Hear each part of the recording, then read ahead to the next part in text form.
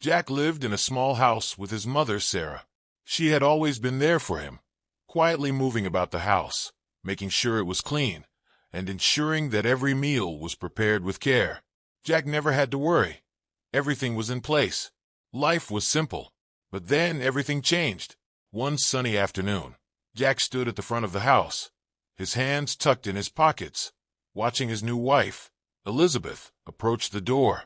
Her steps were graceful, and her eyes sparkled with excitement.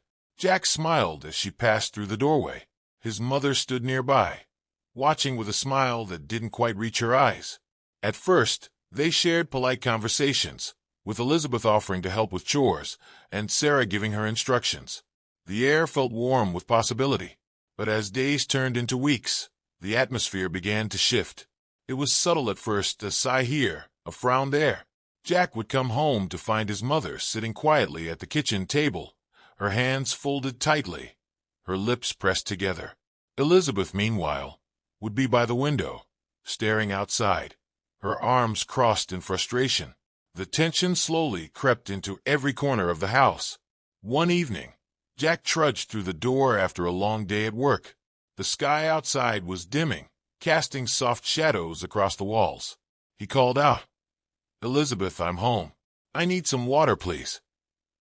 His voice echoed in the quiet house. No response. Confused, he walked further into the house, glancing into the kitchen where the pots remained untouched. "Elizabeth!" he called again, a bit louder this time. His stomach grumbled with hunger, but still there was no answer. Frustration built in his chest as he found Elizabeth sitting on the edge of the bed, tears streaking down her cheeks. "Why won't you answer me?" Jack asked, stepping closer. Elizabeth wiped her face, her hands shaking slightly. "It's your mother," she finally said, her voice low and trembling. "She doesn't like me. She says awful things. She makes me feel useless. I don't know how to live with her anymore." Jack sighed heavily, running his hand through his hair. He glanced toward the closed door, knowing his mother was just on the other side.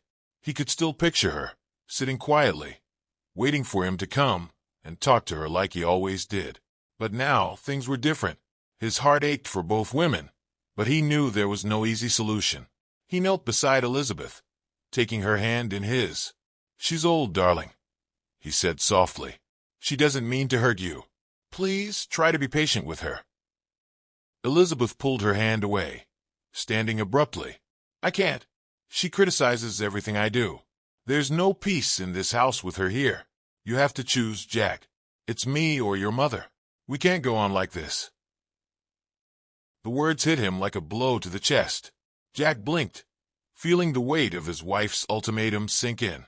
Without another word, Elizabeth left the room, and Jack was left standing there, torn between his love for her and the loyalty he felt toward his mother. That night, Jack lay in bed, staring up at the ceiling. His stomach growled again, but the hunger felt like a small pain compared to the storm raging in his mind. The gentle creaks of the house were the only sounds, but inside his head, it was chaos. His thoughts raced. Elizabeth's plea, his mother's love, the home they had built. He squeezed his eyes shut, trying to drown it all out. Morning came, and with it a heavy decision. Jack got out of bed, his movements slow and deliberate. He walked down the hallway, the sunlight casting long shadows on the floor as he approached his mother's room. Sarah was already awake, sitting by the window. Her hands rested in her lap, her eyes distant but calm. "Mother," Jack said quietly, his voice almost breaking. "Let's go for a walk. Up the mountain, like we used to. You'll like it there. It's cool and peaceful." Sarah turned to him, her brows furrowed in confusion, but she nodded. "All right, my son," she said softly. Jack helped her up, feeling how light she had become over the years. Together, they left the house, moving slowly toward the base of the mountain. The path was steep, the air fresh with the scent of pine and wildflowers. Sarah's steps faltered as they climbed higher, and Jack eventually had to carry her on his back, the way he had when he was a young boy. As they reached the peak, Sarah looked around, her breath shallow. "I know why we're here," she said after a long silence. Her voice was gentle, as if discussing the weather. "You're going to leave me here, aren't you?" Jack's heart pounded in his chest. He tried to speak, but no words came. Instead, he lowered her gently to the ground. "I understand, my son," Sarah whispered, her eyes filled with a sad understanding. "Just be careful when you push me. Hold on to the tree nearby so you don't fall yourself." Jack stared at her, stunned. How could she know? How could she still care about his safety, even now? Tears stung his eyes as he realized the depth of her love. She didn't fight. She didn't scream. She only wanted him to be safe, even as he stood there, about to betray her. For a long time, Jack stood there, looking out at the endless horizon. The wind blew gently, ruffling his clothes, but all he could feel was the weight of his decision.